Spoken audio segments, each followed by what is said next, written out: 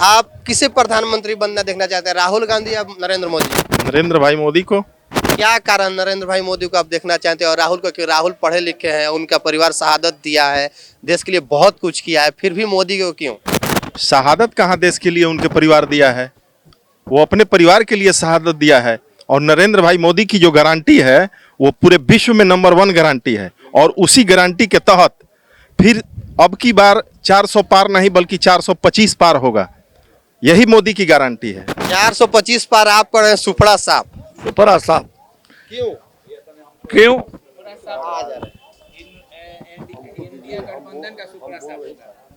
अच्छा वो छोड़िए, हम लोग आपस में बहस नहीं किया। आप अपना स्टेटमेंट दे दिए, हम अपना दे रहे हैं। आप ना दीजिए, हाँ। आप अपना इस पे ध्यान दीजिए। हाँ, प्रश्न क्या पूछ रहे थे? प्रश्न प्रश्न ये था कि 425 और आप कर रहे हैं सुपड़ा साफ। हाँ, हम कह रहे हैं सुपड़ा साफ, इसलिए कह रहे हैं कि 10 वर्षों से तो प्रधानमंत्री हमारे नरेंद्र भाई जी हैं।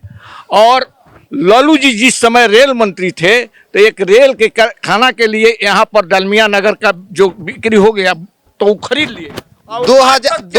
2009 में लालू यादव ने खरीदा था जमीन और 9 के बाद 14 तक कांग्रेस की सरकार रही थी, लेकिन इन विगत सालों में कांग्रेस ने कुछ नहीं किया था। इस पे आपका क्या राय है, आप बताइए। कांग्रेस नहीं किया था तो खरीदा तो उनकी सरकार तो चली गई।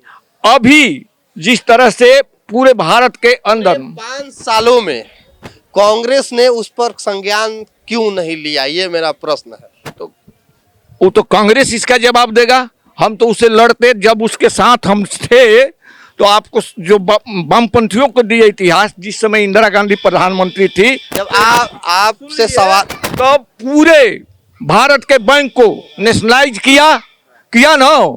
उसके काम में कितने फैक्ट्रियां बने, हर एक राज्य में 2-2 फैक्ट्रियां स्टार्ट हुआ नेहरू के समय में। हम गरीबी से ऊपर बढ़ने के शुरू किए, तब तक से जो भी घटना घटने जा रहा है, आज कंप्यूटर के देन आ गई, ईवी लाए तो राजीव गांधी लाए हमारे भारत के विकास करने के लिए। ईवीएम सब खुश हैं कि नहीं? ईवीएम से नहीं, वो भी कांग्रेस लाई थी। हाँ, कांग्रेस लाई थी तो हम लोग शुरू से विरोध कर रहे थे। जिस समय बूथ लूट रहा था लोग, तो हम लोग ये भी नारा दिए थे, बूथ लुटेरे को देखते गोली मारो। हमारी आवाज थी उस समय, हमारा पार्टी का नाम था। आपको बूथ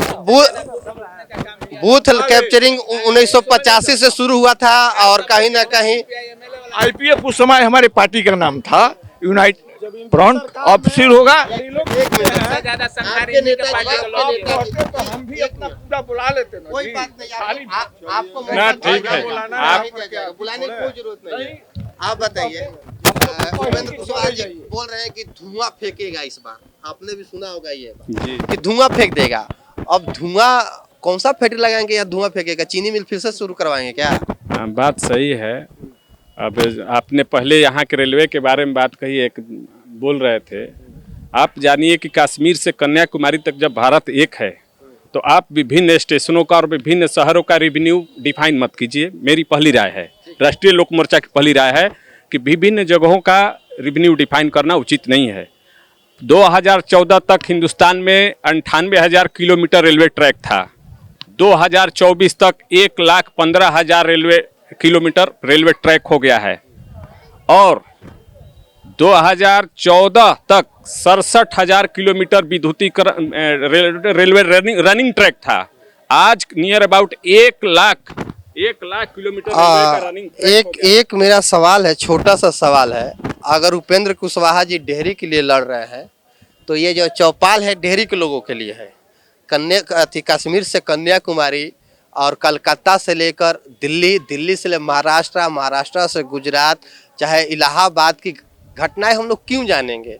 आप उनके प्रवक्ता है, आप अपने क्षेत्र का समस्या बताइए हमसे, ना कि दिल्ली का समस्या, क्योंकि दिल्ली और डेहरी में बहुत अंतर है जो ये कभी होने वाला नहीं बता रहे हैं आपको। अब जो बात कर रहे हैं छोड़िए, समय खत्म कीजिए उसको।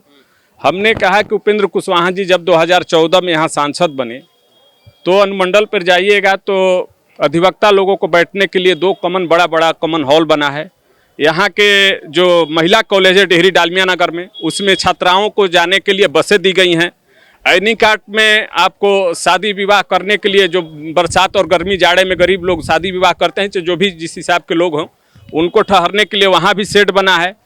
और केंद्रीय विद्यालय सासाराम जो केंद्रीय विद्यालय था उसके भवन का शिलान्यास और उद्घाटन आदरणीय उपेंद्र कुशवाहा जी एचआरडी मंत्री रहते हुए किया है। और एक केंद्रीय विद्यालय जो अकोढ़ी गोला में उन्होंने प्रस्तावित था उसका कागज पत्र का काम पूरा हो गया है। जेबीएल वाले जमीन देने को कह करके जमीन नहीं दिया। हरसिमरत कौर जी आई थी, उस समय की मिनिस्टर थी, तो जमीन नहीं मिला, उसके अभाव में वो अटका हुआ है।